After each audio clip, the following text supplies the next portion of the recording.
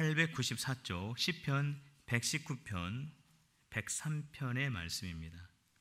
119편 103절 우리 한 절인데 우리 큰 목소리로 그대로 이루어지기를 바라는 마음으로 우리 같이 합독하겠습니다. 시작. 주의 말씀의 맛이 내게 어찌 그리 단지요 내 입의 꿀보다 더 다나이다. 할렐루야. 할렐루야.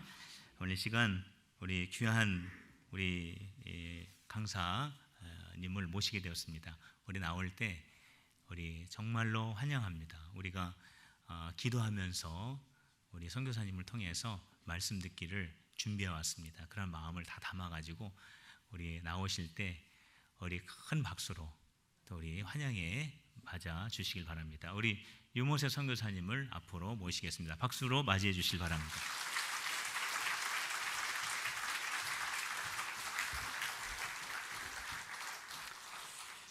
안녕하세요. 네, 잘 들리십니까? 네, 뒤에 있으니까 마이크 약간 울리는 것 같은데 괜찮으세요? 네. 제가 뭐 많지는 않지만 이렇게 좀 이것저것 다니면서 말씀을 이렇게 나누고 있습니다. 근데 여기 와서 달린 이 제목을 보고 심히 부담스러웠습니다. 엄청난 말씀을 다 모아놨어요. 영적 대각성 부흥성회. 저기 하나만 있어도 엄청난 건데, 제가 저 자리에 저런 모임에 강사로 설 만한 자격이 없는데 저 제목이 주는 위압감 때문에 참 많이 힘들었습니다. 또 목사님께서 이번이 4차라고 하면서 계속 1차보다 2차가 좋았고 2차보다 3차가 더 좋았고 갈수록 좋아지고 있다고 그래서 또 심히 부담스럽습니다. 그래서 제가 목사님께 그랬습니다. 아무튼 올해는 좀 실수하신 것 같습니다. 제가 그랬는데 목사님은 실수하셨을지 모르지만 또 하나님께서 또 선하신 뜻이 있어서 또 합력하여서 정말 3차 때보다 더 놀라운 은혜를 하나님께서 예비하신 줄 믿고 부족한 가운데 이 자리에 섰습니다. 오늘부터 3일 동안 이제 금토일 주어진 시간 동안 나눌 주제는 유대 문화를 알면 성경이 보인다라고 하는 제목입니다. 제가 2000년부터 2010년까지 만 10년 한 6개월 정도 이스라엘 예루살렘에서 의료 선교사로 사역을 했습니다. 유대인들 집으로 찾아오고 짐 딱 꽂아놓고 이 사람들 짐 꽂아놓으면 제가 뽑을 때까지 꼼짝 못합니다.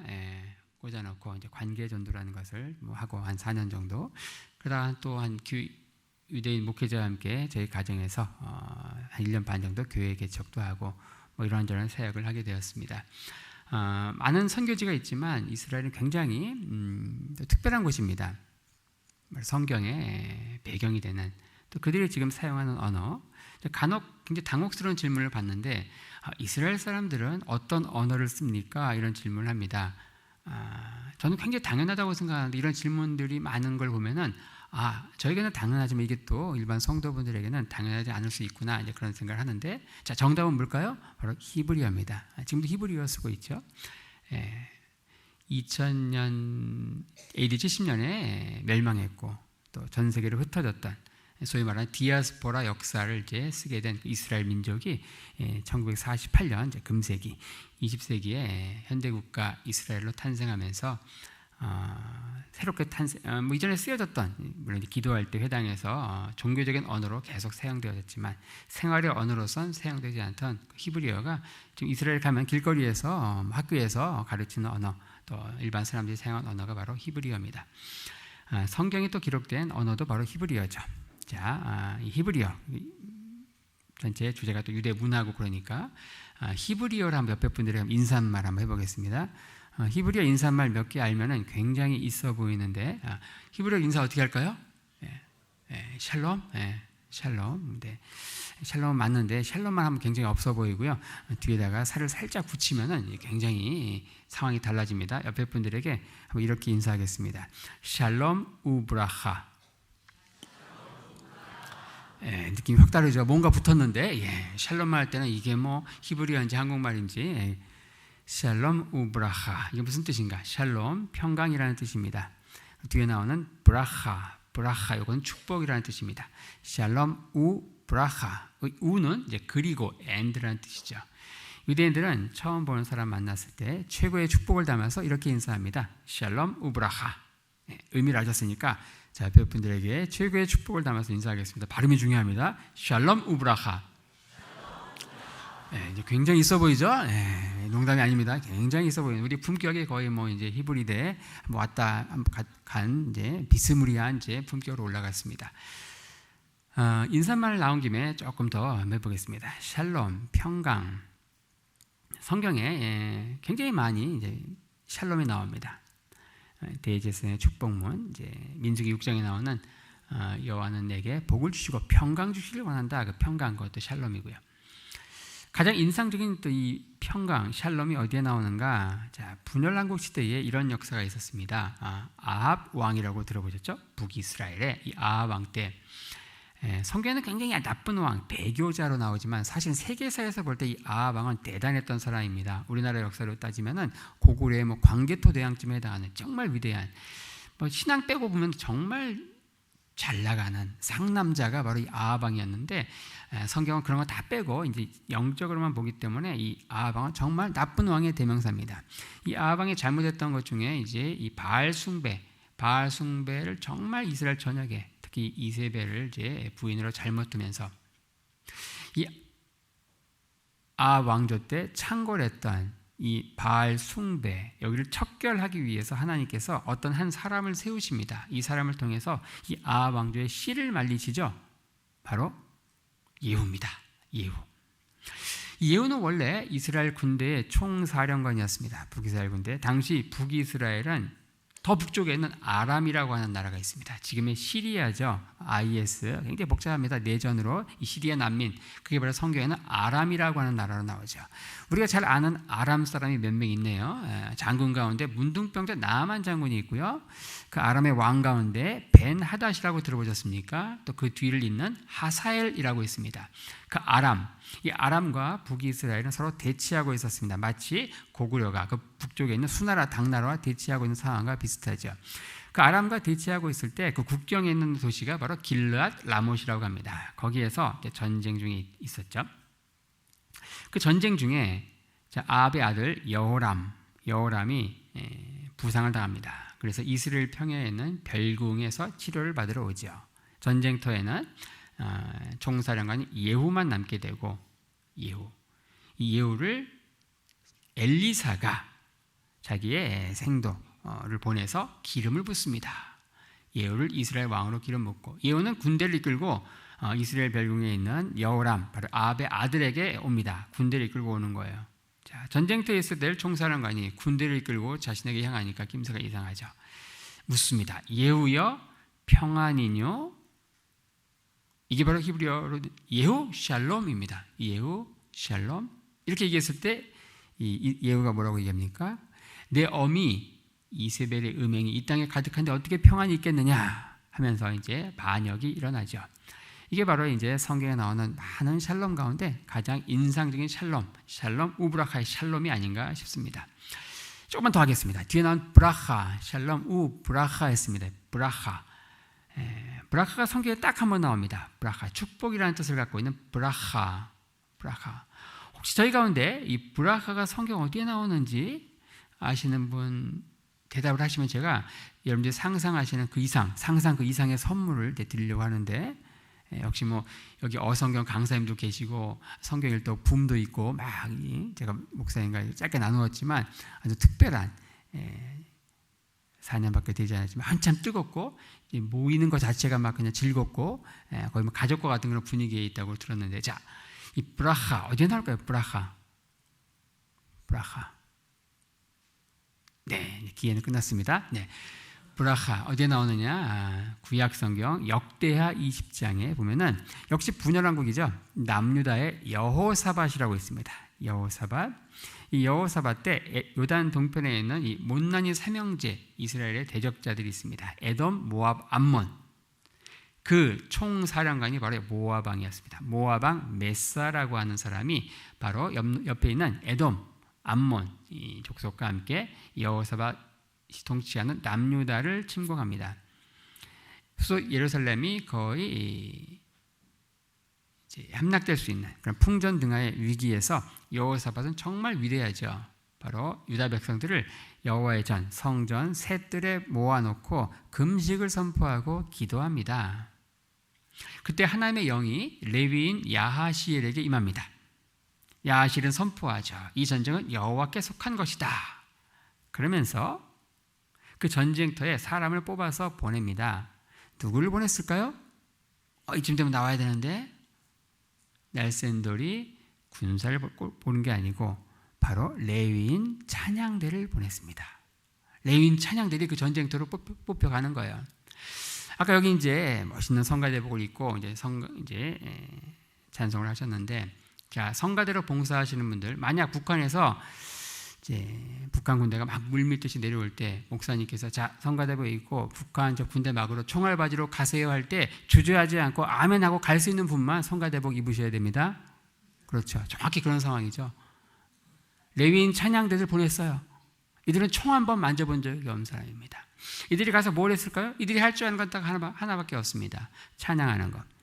이들은 가서 찬양합니다. 물밀듯이 몰려오는 적군을 보면서 이런 찬양을 하죠. 여호와께 감사하세. 왜냐하면 그분의 은혜가 영원 무궁하시도다.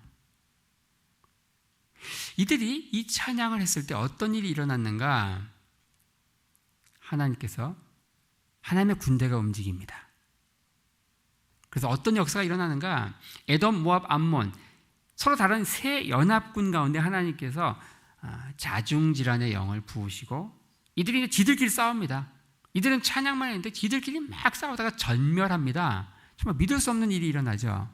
다음에 레위인들이 들어가 보니까 다 전멸했고 그 가운데에서 전리품을 취하는데 3일 동안 취해도 다 취할 수 없을 만큼 엄청난 전리품을 취하고 베들레헴 근처 오면서 한 골짜기에서 이 여호와 하나님, 놀라운 승리를 주신 이 여호와 하나님을 송축합니다.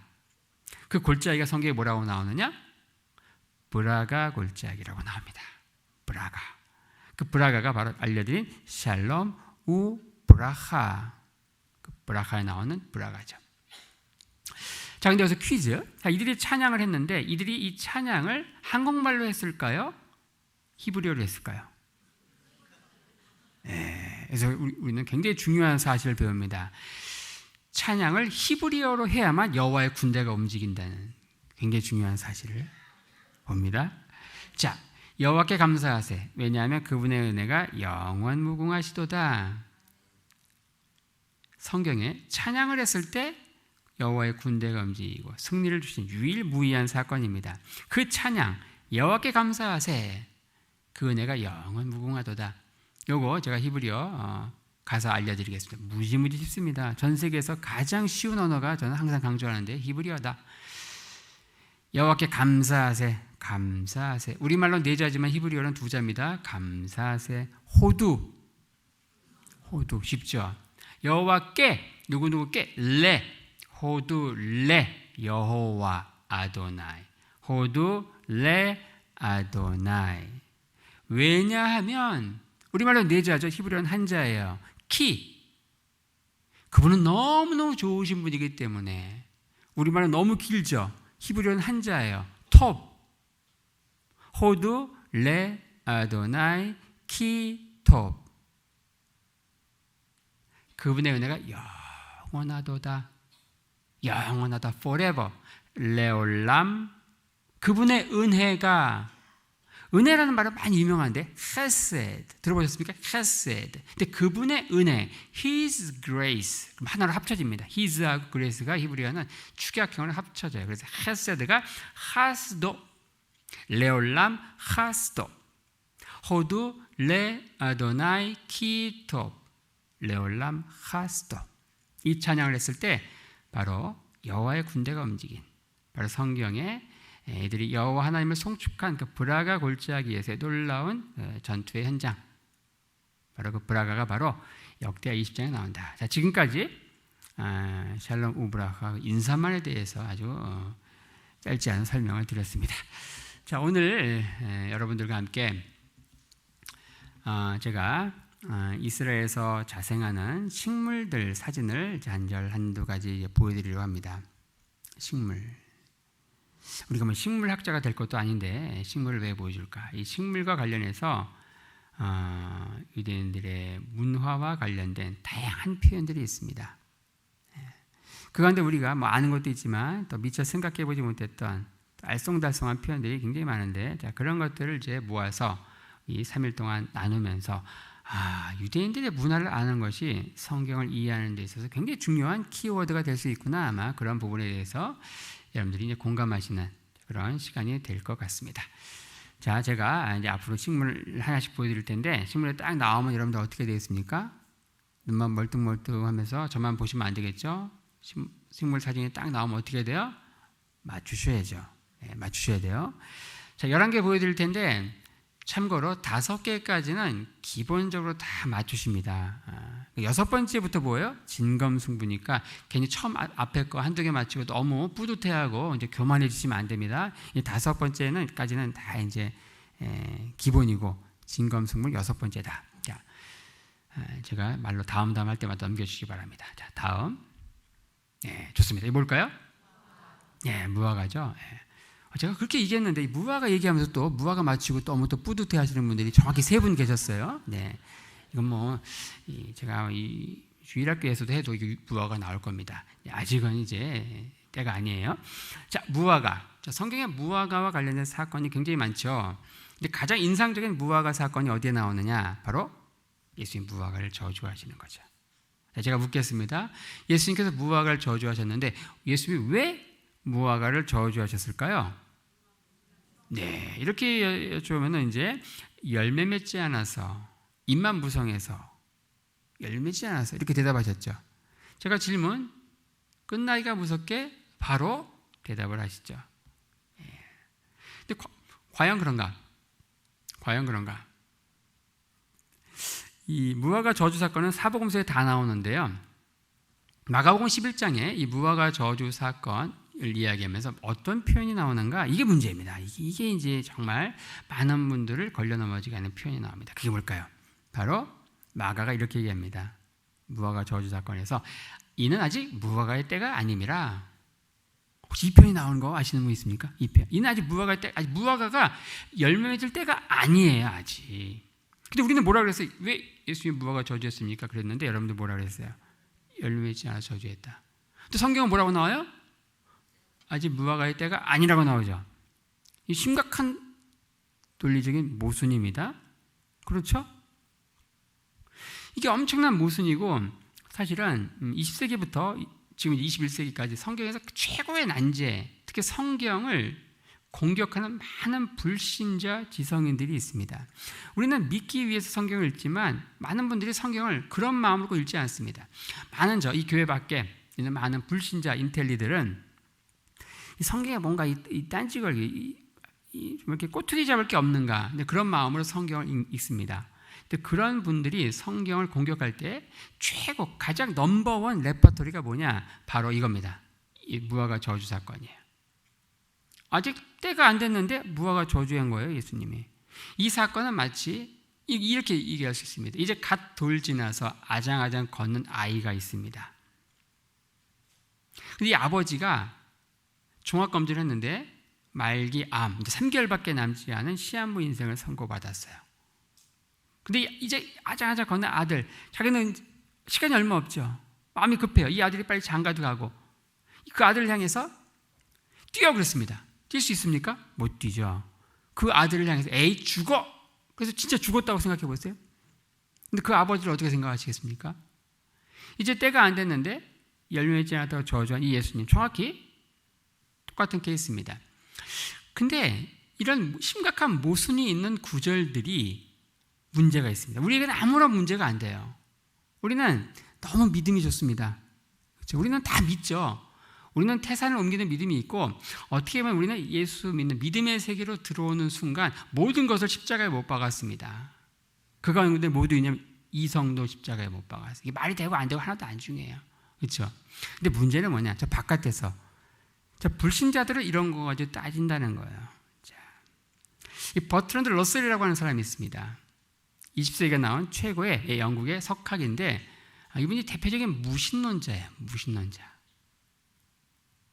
이분이 죽기 전에 무신론자 클럽에서 한 7주 정도 강의를 했습니다. 책을 쓴 게 아닌데 그 강의록이 그대로 녹취록이 되어서 책으로 나와서 한 22개국 언어로 번역이 됐습니다. 물론 한국말로도 번역이 됐어요. 그 책 제목이 뭐냐? 나는 왜 기독교인이 아닌가? 라는 제목의 책에서 성경을 조목조목 비판하고 있습니다. 논리적으로. 그 가운데 챕터 1이 무엇인가? 이 무화과 저주 사건이에요. 무화과 저주 사건. 네. 그럼 과연 뭔가 이 무화과 저주가 진 사건, 이게 바깥에서는 막 단지 걸게 하고 성경을 공격하는 주 이제 꼬투리인데, 이게 바로 유대인들의 문화를 알면 모순이 아닌 거예요. 네. 이 무화과와 관련된 히브리어의 그 어휘 안에 그 해답이 있는데, 그걸 모르면은 러셀과 같이 될 수 있고, 또 그런 얘기를 들을 때 어떻게 보면 우리 진짜 말이 안 되네? 그런 얘기 자꾸 듣다 보면 어때요? 여러분들, 러셀이 쓴 나는 왜 기독교인이 아닌가 그 책 한번 읽어보십시오. 그러면요,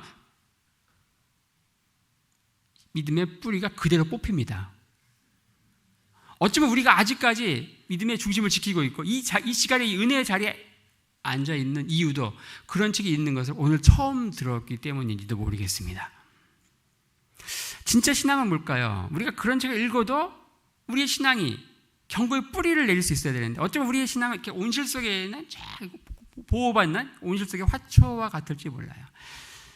네. 바깥에서는 무슨 일이 벌어지는지 잘 모르죠. 어쩌면 우리는 그냥 우리들만의 잔치, 우리들만의 리그를 하고 있는지 모릅니다. 자, 그럼 그들에게 이 말씀 속에 담겨 있는 언뜻 모순처럼 보이는 이거, 근데 모순이 아니라는 게, 어떻게 우리가 이 해답을 찾아야 되고, 어떻게 그런 거에 딴지 걸기 하는 불신자들에게 어떻게 성경을 풀어둘 수 있는가.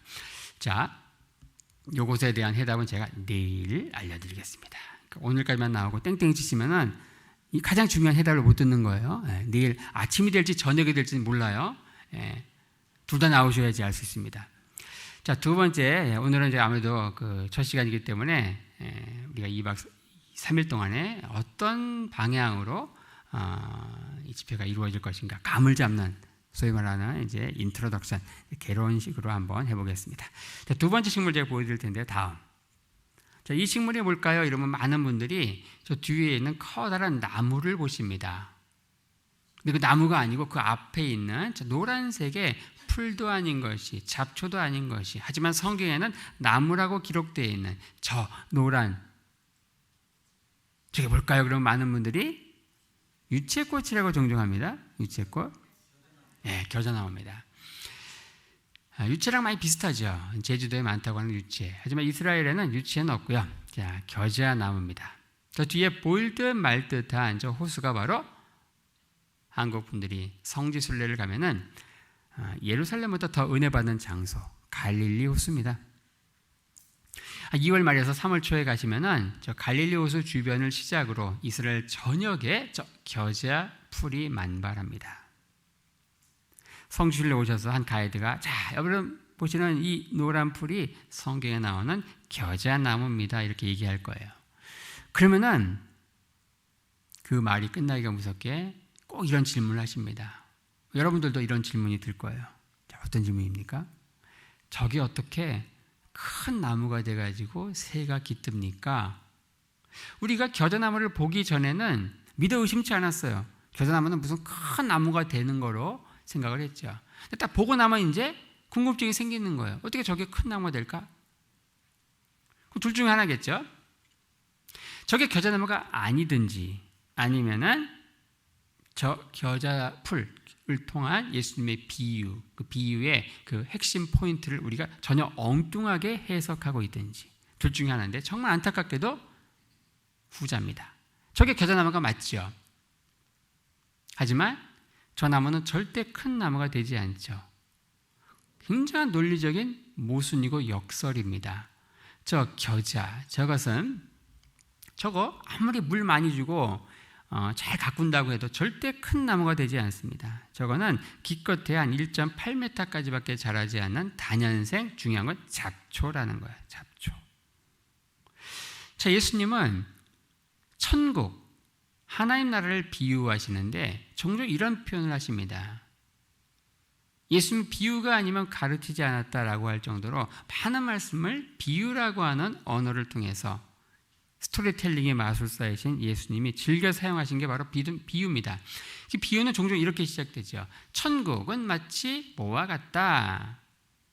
근데 거기 뭐와 같다. The kingdom of God is like 땡땡땡. 그 땡땡땡에 들어가는 것들은 당시 예수님을 따르는 많은 이 청중들, 많은 무리들은 신학교 나온 사람 별로 없습니다.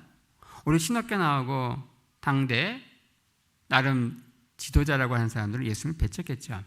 예수님을 따르는 많은 무리들은 이 갈릴리 지역은 유대 지역에 비해서 굉장히 천대받던 지역이었습니다. 거기는 KTX도 안 들어오고요. KTX도 이 유대 지역으로만 가고요. 이 갈릴리 지역으로 안 가요. 거기는 이 무궁화호밖에 안 가. 그렇죠? 아주 천대받던 그런 지역입니다. 그 갈릴리 지역, 갈릴리 정말 많이 배우지 못한 이 잡초와 같은 민초들에게 그들이 이해할 수 있는 언어로 그들이 생활 가운데 접하는 많은 다양한 소재를 가지고 천국은 마치 어부가 바다에 그물을 던졌는데 고기를 잡은 것 같다는 거예요. 천국은 한 주부가 한 반죽에다가 누룩을 넣어가지고 부풀린 것 같다는 거예요. 천국은 이제 밭에 감추인 보화를 찾은 어떤 사람과 같다는 거예요. 당시 생활 가운데서 많이 충분히 있을 수 있는 그들이 이해할 수 있는 언어. 신학교에 가면 이런 강의를 종종 듣습니다. 천국이란 무엇인가 하면서 정말로 복잡한 신학 강론, 신학교 교수님만이 어떻게 보면 알아둘 수 있는, 가만히 있으면 이제 그 학생들의 한 3분의 2는 좋은 그런 굉장히 형이상학적인 강의가 종종 이루어집니다. 만약에 예수님께서 그런 식의 강의를 하셨다고 하면은 당시 예수님을 따르던 수많은 민초들은요 5분 만에 정확히 썰물처럼 다 빠져나갈 거예요. 예수님께서 이 겨자나무, 이것은 바로 갈릴리 호수를 시작으로 전국에 퍼져나가는 유명한 잡초입니다. 예수님이 뭐라고 하시는가? 천국은 마치 이와 같다고 하면서 저 겨자씨 하나를 자기 체전, 즉 정원에 갖다 심은 사람과 같으니, 그 사람이 이것을 잘 가꿔가지고 그게 큰 나무가 돼가지고 그 가지에 새들이 깃든다 이렇게 표현하십니다. 여기 심각한 모순이 있죠. 저 겨자씨 하나를 자기 체전, 정원에 갖다가 심은 사람과 같다. 자, 여러분 정원을 가꿉니다. 정원을 가꾸는 데 있어서 최고의 적은 무엇입니까? 수시로 날아드는 잡초. 그 잡초가 수시로 자라요. 잡초는 심는 게 아니고 뭐예요? 뽑아야죠. 이 말씀을 듣는 갈릴리 청중들은 저 겨자씨 하나를 할 때 오토매틱으로 길거리 널린 잡초인지 다 알죠. 근데 우리는 겨자씨를 본 적이 없어요. 오늘 처음 봤을지 모릅니다. 그냥 큰 나무가 된다고 상상 속에 있는 나무입니다. 그렇죠? 잡초라는 거예요. 잡초를 갖다 심었다. 그래서 큰 나무가 된다. 이게 엄청난 논리적인 모순이고 역설과 패러독스예요. 그것은 당시 예수님을 비롯한 이 바리새인들이 즐겨 사용하던 역설을 이용한 자신이 전하려고 하는 어떤 레슨, 교훈을 역설을 통해서 극대화하는 방법인데, 자, 이걸 통해서 예수님이 무엇을 가르쳐주고자 했는가? 이 말씀 속에 담긴 의미는 무엇인가? 이 겨자씨, 이 겨자나무와 관련된 천국 비유의 비밀은 제가 주일날 1부, 2부 예배 끝나고 나서 마지막 피날레로 이제 이야기해 드릴 테니까 끝까지 견디는 자만이 구원을 받습니다. 예. 자, 세 번째 식물 한번 보겠습니다. 세 번째. 다음. 자, 이 식물이 뭘까요? 그러면은, 자, 뭘까요?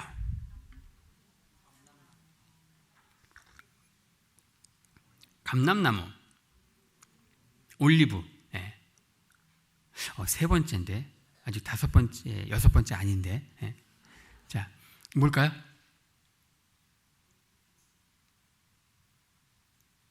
자, 이제 우리 장로님들 안경 쓰셨어요, 이제. 자, 뭘까요?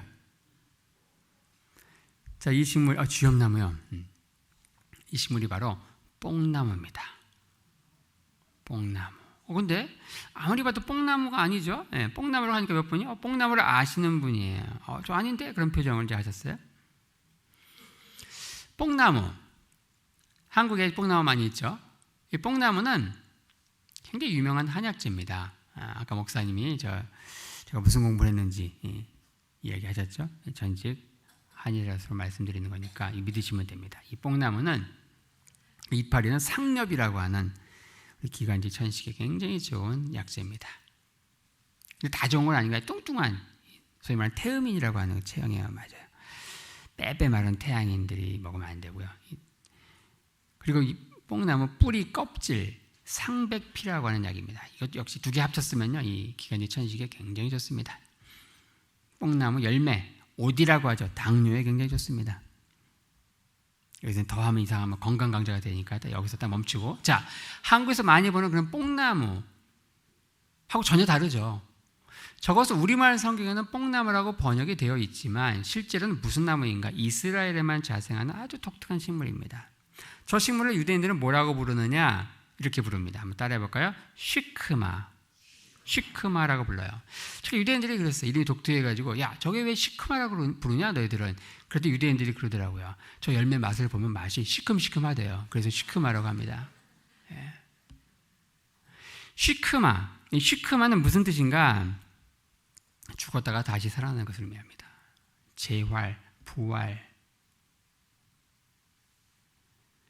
실제로 성경에 보면 죽은 자 방불했던 한 사람이 저 나무 위에 올라갔다가 살아났습니다. 누굴까요? 삭개오죠. 그런 의미가 있는 거예요. 시크마. 자, 우리가 성경을 번역할 때 우리는 이런 애로사항에 접합니다. 저 시크마라는 식물은 한국에 없어요.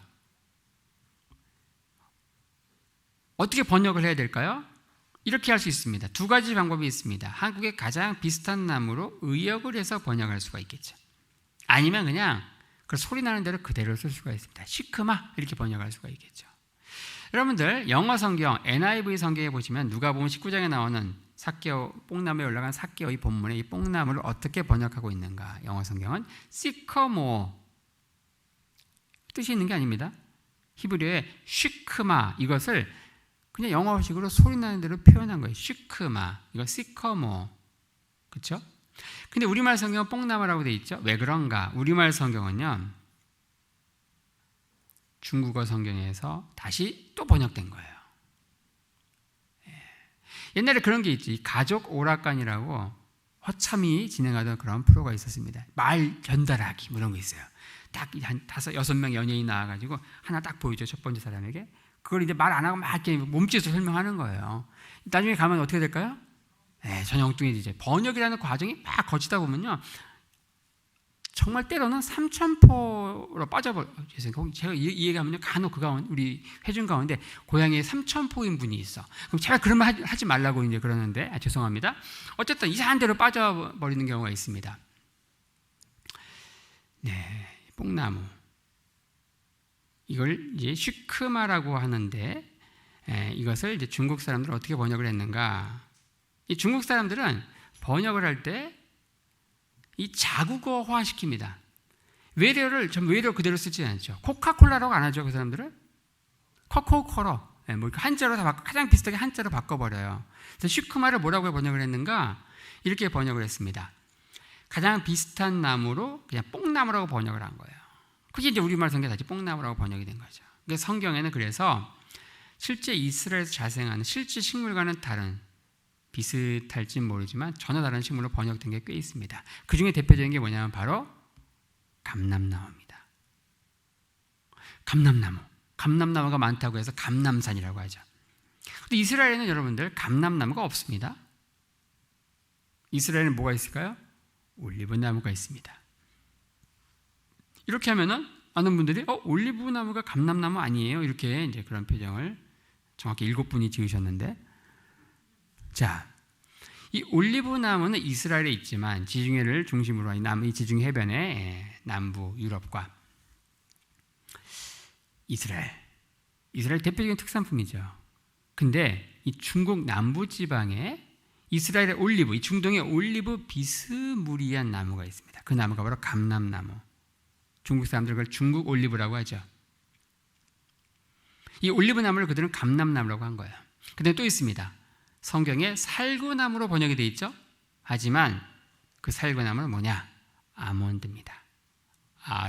아론의 지팡이에서 싹이 나고 열매를 맺은 그 살구, 그거는 아몬드다. 아몬드. 자, 어쨌든 우리말 성경에는 뽕나무라고 번역되어 있는 이 나무 슈크마, 이걸 우리말로 정확히 번역을 하면 돌 무화과 나무. 요즘에 나오는 이제 새로운 번역본들은요, 우리말 성경이라든지 이런 것들은 이제 감람나무를 이제 올리브나무로, 또 뽕나무를 돌 무화과 나무로 번역을 제대로 하고 있습니다. 자, 어쨌든 우리 입에는 친숙하니까 뽕나무라고 해봅시다. 아까 보신 그 식물, 그 뽕나무, 이 뽕나무와 관련된 성경의 사건, 가장 유명한 사건이 무엇일까요? 이렇게 여쭤보면 또 이제 삭개오 얘기가 나오죠. 삭개오가 어떻게 돼요? 이 뽕나무 위에 올라갑니다. 자, 이제 또 여쭤봐야죠. 삭개오가 왜 뽕나무에 올라갔을까요? 그러면 이제 또 질문이 끝나기가 무섭게 또 키가 작아서 예수님 보러 올라갔다고 이야기하시죠. 과연 그런가? 제가 아까 그랬죠. 예수님이 왜 무화과 저주하셨죠? 그랬더니 여러분들은 이제 끝나기가 무섭게 열매 맺지 않아서. 성경에 이는 아직 무화과의 때가 아니라고 나온단 말이에요. 제가 삭개오가 왜 뽕나무에 올라갔습니까? 했더니 여러분들이 우리는 그렇습니다. 이게 자다가도요, 자기가 아는 질문이 나오면 벌떡 깨서 대답을 합니다. 사람들은. 그렇죠? 내가 아는 게 나온 거예요. 그러니까 막 그냥 거의 강사가 질문 끝나기가 무섭게 질문도 아직 안 끝났는데 왜 했을까? 요도 안 나왔는데 그냥 바로 대답을 해버리죠. 과연 그런가? 키가 작아서 예수님 보러 올라갔다고 하셨습니다. 과연 그런가? 자, 봅시다. 삭개오가 뽕나무에 올라간 이 사건은 이스라엘의 어떤 도시에서 일어났는데, 혹시 이 도시가 어떤 도시인지 아십니까? 이 도시 베다니. 베다니는 예수님이 무화과를 저주하신 곳입니다. 자, 삭개오가 뽕나무 위에 올라가죠. 이 사건은 바로 여리고라고 하는 도시입니다. 여리고. 많이 들어보셨죠? 여리고에 또 유명한 사람이 나오는데 소경 바디메오도 여리고 출신입니다. 여리고는 지금도 가시면요, 여리고의 도로의 가로수는 전부 이 나무예요. 이 나무가 지천에 깔려 있어요. 그 나무가 뭐냐? 바로 종려나무입니다. 종려나무가 너무너무 많아서 그 도시를 성경에서 종종 이렇게 표현합니다. 종려의 성읍이다. 종려의 성읍, 이렇게 표현합니다. 종려의 성읍. 종려나무 아시죠? 팜트리 종려나무. 이 종려나무는 키가 기본적으로 20에서 30m까지 쭉쭉 자랍니다. 아가서 7장 7절에 보면 이런 말씀이 있죠. 내 키가 종려와 같고. 이 종려나무는 또 재미있는 게 있어요. 올라타기가 쉽습니다. 뭐 사다리 이런 거 없어도 이 줄기 자체가 마치 원숭이, 타자니 막 올라타듯이 이거 올라탈 수가 있어요. 밟고 올라갈 수가 있습니다. 그런데 뽕나무는 여리고에 흔치 않습니다. 그리고 기껏해 한 10m에서 15m밖에 자라지 않고, 그것도 사다리가 없으면 올라탈 수가 없습니다. 자, 그럼 제가 질문을 한번 돌려볼까요? 이렇게 해보겠습니다. 삭개오는 왜 종려의 성읍인 여리고에서 지천에 깔려있는 그 종려나무에 올라가지 않고 왜 하필 뽕나무에 올라갔을까요? 이렇게 여쭤봐도 여전히 키가 작아서 예수님 보러, 이렇게 대답하기 힘들죠. 뽕나무 위에 올라갔다, 이 표현 자체가 주는 성경시대의 뉘앙스가 있어요. 그건 그들만이 알아듣는 언어예요. 그 문화권에 있는 사람만이 알아듣는 거예요. 문화라는 건 뭡니까? 그 문화권에 속해 있는 사람들은 굳이 설명이 필요 없고, 척하면 척 알아듣는 표현이죠. 하지만 문화가 다른 타문화권에서는 그거 정말 설명이 의료합니다. 그거 설명하기 위해서 책 몇 권이 필요할지 모르겠어요. 예를 들어 보겠습니다. 물레방앗간에 있는 거 봤어? 너 어젯밤에 너 물레방앗간에 누구하고 있는 거 봤어? 이런 표현을 할 수 있죠. 자, 물레방앗간은 어떤 곳입니까?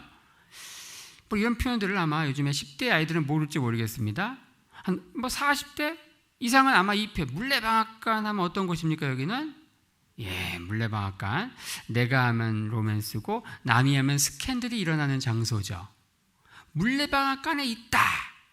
그 자체가 주는 아주 깨림직한 냄새나는 뉘앙스가 있습니다. 그렇죠. 근데 그걸 영어로 번역을 해가지고, 제가 이제 영어가 짧아서 물레방앗을 어떻게 영어로 얘기하는지 모르겠지만, 자, 윈드밀, 그대로 번역을 했어요. 미국 사람들 못 알아듣습니다. 번역을 해도 모르죠. 자, 이 뽕나무 위에 올라갔다 이 표현 자체가 마치 물레방앗간에 있다라고 하는 표현처럼 성경시대 사람들만이 알아듣는 그 이디엄, 관용구인 거예요. 그걸 알아야만 삭개오가 왜 굳이 뽕나무 위에 올라갔는가. 근데 그거에 대한 가장 결정적인 힌트가 구약에 나옵니다. 삭개오가 왜 뽕나무에 올라갔는가? 종려나무가 아니고, 그것에 대한 강력한 힌트가 어디에 나오는가? 구약 아모스서에 나옵니다. 이 아모스 7장 14절에 보면은 이 아모스는 원래 남유다 출신의 이 베들레헴이라고 하는 도시, 별로 크지 않은 도시입니다. 베들레헴. 이 베들레헴이 얼마나 작은 도시인지 미가서 5장 2절에도 예수님이 태어나실 도시로서 베들레헴 이야기하면서 굉장히 작은 도시로 이야기하고 있죠. 그런 작은 도시 베들레헴, 그 옆에 주변에 있는 깡촌 중에 깡촌이 바로 드고아입니다. 그 드고아 출신의 정말 깡촌 중에 깡촌 출신의 이 선지자가 바로 이 아모스인데, 이 아모스가 어디 가서 사역을 하냐면 북이스라엘에 가서 사역을 해요. 남유다도 아니고 북이스라엘에 가서 어디 바로 베델. 근데 이 베델은 어떤 곳이에요? 북이스라엘에서도 최고의 성소입니다. 남북이 나뉩니다. 북이스라엘 초대왕 여로보암이라고 기억하십니까? 예루살렘에는, 남유다에는 이 수도 예루살렘에 뭐가 있어요? 성전이 있죠. 그 성전 건축 공사에 일종의 오늘날 표현하면 노동부 장관, 건설부 장관으로 일했던 사람이 바로 여로보암이에요. 남북이 나뉘었을 때 북지파의 수장이 되었던 그 여로보암은 자기 주민들의 이 예루살렘 성전에 대한 그 노스텔지아를 아는 거예요. 그 자체적인 성전을 만들어야만 된다고 생각을 했어요. 이들이 예배를 드리러 예루살렘으로 가게 되면은 마음도 자기에게 떠나갈 것을 두려워했죠. 그래서 자체적으로 성전을 만드는데 그것도 하나가 아니고 둘이나 만듭니다. 하나는 베델, 또 하나는 저 북쪽에 단. 단에 있는 이 성소는 일찌감치 회파돼요. 그리고 이 베델이 바로 이 당시, 이 아모스가 사역할 당시 굉장히 유일무이한 성소로서, 금송아지 신상에 있는 성소로서 거기에서 어떻게 사역을 하는가. 그 당시 북이스라엘의 왕 여로보암, 이름은 똑같이 나옵니다. 근데 초대 왕이 아니고 여로보암 2세라고 하는 사람이 있습니다. 여로보암 2세. 그 여로보암 2세가 죽을 것이다. 남유다의 듣보잡인 도시 그 드고아에서 올라온 그 아모스가 북이스라엘 최고 성소인 베델에서 그 북이스라엘 왕이 죽을 것이라고 계속 예언하는 거예요. 여로보암은 죽을 것이다. 그때 누가 이제 열받습니까? 누가 뚜껑이 열렸느냐? 바로 그 베델의 제사장이에요.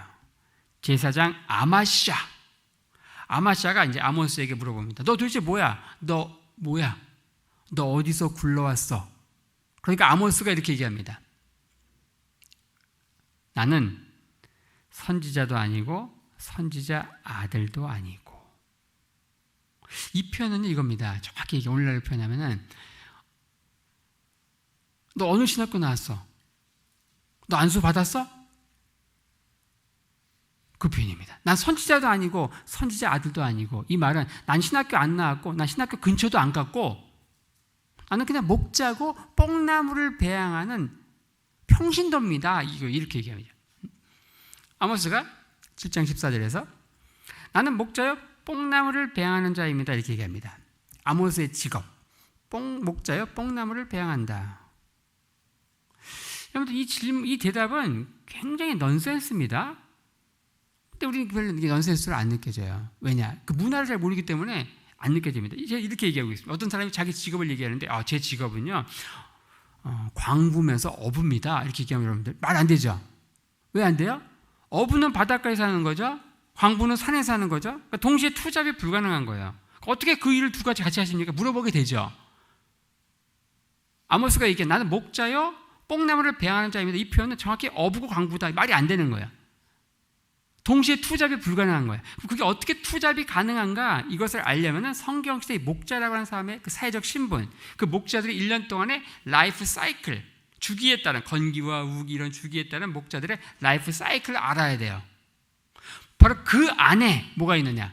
삭개오가 왜 종려나무가 아니고 뽕나무에 올라갔는가? 굉장히 복잡하죠. 야, 성경 하나 이게 한 구절 아는 게 이렇게 어렵구나. 그렇죠.